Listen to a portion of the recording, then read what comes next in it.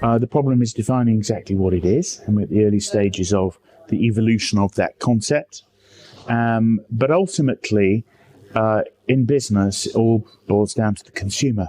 And it really does, the question is really, what does the consumer want, right?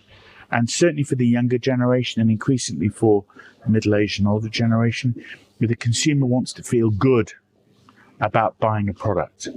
And that's really where we are with ESG right now.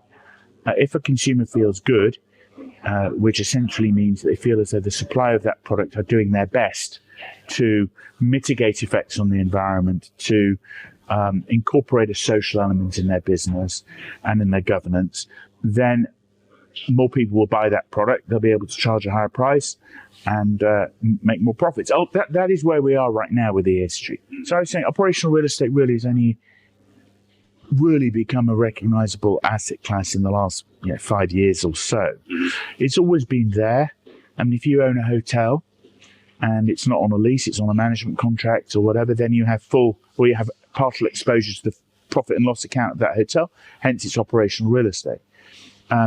And we've seen that extended into things like student accommodation, build to rent, hospitality. It's becoming a lot more. It's becoming a lot more common. And also with retail, of course, if you own a shop, then the chances are it's on some sort of revenue rent. Well, that's operational real estate. Operational real estate means that you have exposure to the operations.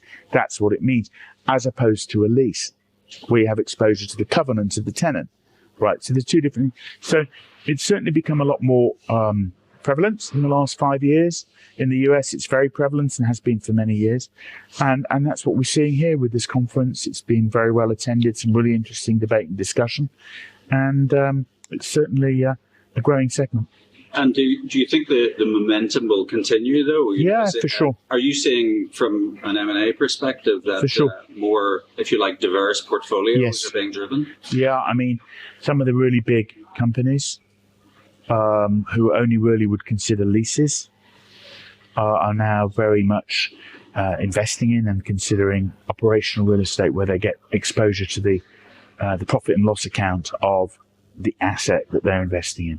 And we're seeing that really pretty consistently across the board.